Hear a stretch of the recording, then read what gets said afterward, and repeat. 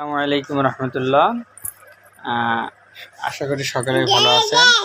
সকালবেলা আমার মেয়েটা কত ঢং করতেছে দেখেন, কারণ এর এই জামাটা একটু ছোট হয়ে গেছিলো, তো তার গলায় চেন লাগানো হয়েছে নতুন করে। তার মা যেহেতু টুকটাক কাজ করে আর নিজেদের জামা কাপড়গুলো তৈরি করে, তো সে চেন লাগানোর পরে তাকে আবার গায়ে দিয়ে দেওয়া হয়েছিল যে কেমন দেখা যাচ্ছে বা ঠিকঠাক হয়েছে কি না। তো সে জামাটা গায়ে দেওয়ার পরে মনে করতেছে তাকে নিয়ে আমরা ঘুরতে যাব।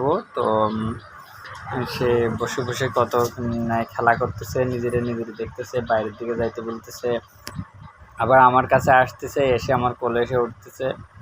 কিন্তু আমার মেয়েটার আজকে ছোট্ট ইচ্ছাগুলো পূরণ করতে পারি না। আগে চাইলেই ঘুরতে নিয়ে যাইতাম, পুরো ফ্যামিলির সঙ্গে না হইলেও মেয়েটা নিয়ে খুশ করে বেড়ে যেতাম। সেটা তো এখন আর পসিবল না।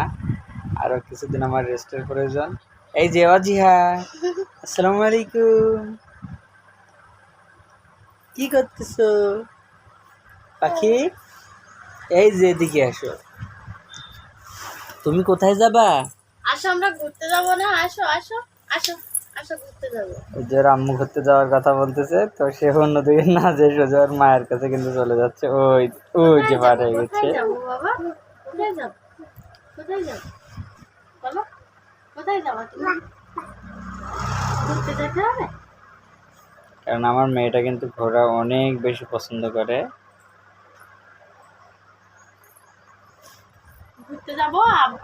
এই যে এই ভিডিও করতেছে আপু, এই ভিডিওটা করা হয়েছে, তারপরে আমরা তো যেহেতু ছোট মানুষ, তাকে এখন ঘোরার বাহানার কথা বলা হয়েছে, তো আমরা দুজন তাকে নিয়ে বের হবো। একটু বের হবো বলতে কোথাও না, এই যে বাসার সামনে দিয়ে একটু তাকে নিয়ে হাঁটায় নিয়ে বেড়াবো। কারণ ছোট মানুষ, তার মনে যদি একবার একটা ইফেক্ট পড়ে যায় যে আমার আব্বু আম্মু আমার সাথে মিথ্যা কথা বলে, তাহলে কিন্তু ওই বাচ্চাটার মনে অনেক ইফেক্ট পড়বে, যেটা তার ফিউচারের জন্য অনেক সমস্যা হয়ে দাঁড়াবে যে আমার আব্বু আম্মু আমার সাথে মিথ্যে কথা বলে। তাই আমি আমার সন্তানকে কখনো মিথ্যা কোনো আশ্বাস দিই না।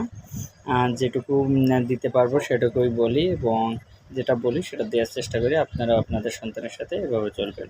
সবাই ভালো থাকবেন। আল্লাহ হাফেজ। কথা হবে অন্য কোনো ভিডিওতে।